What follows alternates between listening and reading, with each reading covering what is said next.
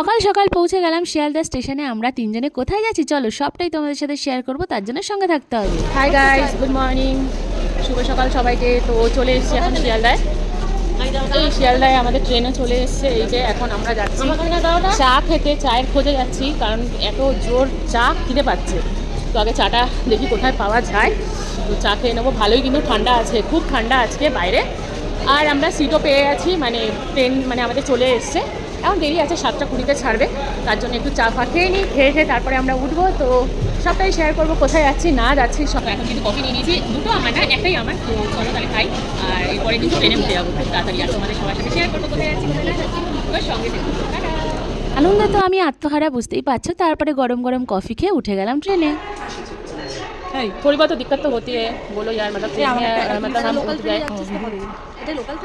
अरे यार इसको पता नहीं क्या लोकल ट्रेन है ये, पागल। तो रिजर्वेशन किया है हमने, रिजर्वेशन करके जा रहे हैं। बोल रहा है कि हम लोकल ट्रेन में उठ गए। उधर जो देख रहे हैं ना, उधर बाथरूम है, टॉयलेट है, थोड़ा सा स्मेल तो आता ही है। ठीक है चलो, हम एडजस्ट कर लेंगे। इन लोगों को हिंदी बोलना नहीं आता है गाइस, तो कुछ फिक्र मत करो। आलिमा को आता है, हम लोगों को नहीं आता है। आता है देखा गाइस, हम लोग को इतना हिंदी अच्छे से आता है। क्यों आता है? आती नहीं, हम नहीं, हम लोगों का अंदर से ना आता है, आती नहीं है ना। कोई बात नहीं, हम लोगों को भी आता है। आता है, सबको आता है। ठीक है चलो, अभी थोड़ा थोड़ा स्मेल करे ना, तो मुझे दिक्कत हो रही है, मुझे प्रॉब्लम होता है ना। नहीं ज़्यादा नहीं स्मेल कर रहे हैं। पता नहीं मुझे इतना स्मेल क्यों आता है, नाक में इतना प्रॉब्लम है ना, मैं क्या बताऊँ। পরে আমাদের মনে হলো যে একটু হিন্দিতে কথা বলি, তাই বলতে বলতেই যাচ্ছিলাম, কিন্তু ততক্ষণেই ঝগড়া শুরু হয়ে গেল। মেয়েটার মুখটা নিবি না, মেয়েদের মুখ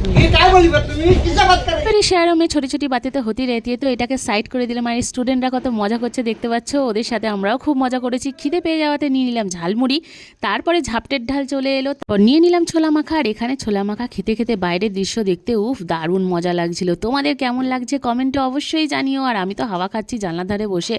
তারপরে ফাইনালি পৌঁছে গেলাম রামপুরহাট। তারপরে উঠে গেলাম টোটোতে। আর সর্ষের ক্ষেত দেখতে দেখতে দেখো টোটোর মধ্যে উঠে গেছি।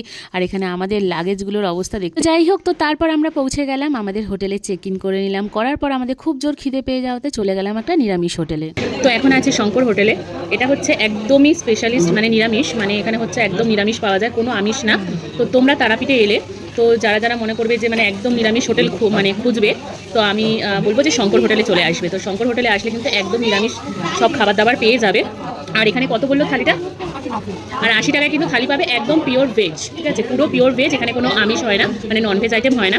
তো আমরা যেহেতু এখন পুজো করতে যাবো, তো তার আগে আমরা মানে কি বলবো ভেজ খাচ্ছি, তো তার জন্য আমরা এতক্ষণে তো বুঝেই গেছো যে আমরা চলে গিয়েছিলাম তারাপীঠে। তো ভিডিওটা ভালো লাগলে একটা লাইক করে দিও, আর সাবস্ক্রাইব করতে একদম ভুলো না, সব কিছু করে দিও। দেখা হচ্ছে ভিডিওর নেক্সট পার্ট নিয়ে, ততক্ষণ ভালো থেকো, বাই।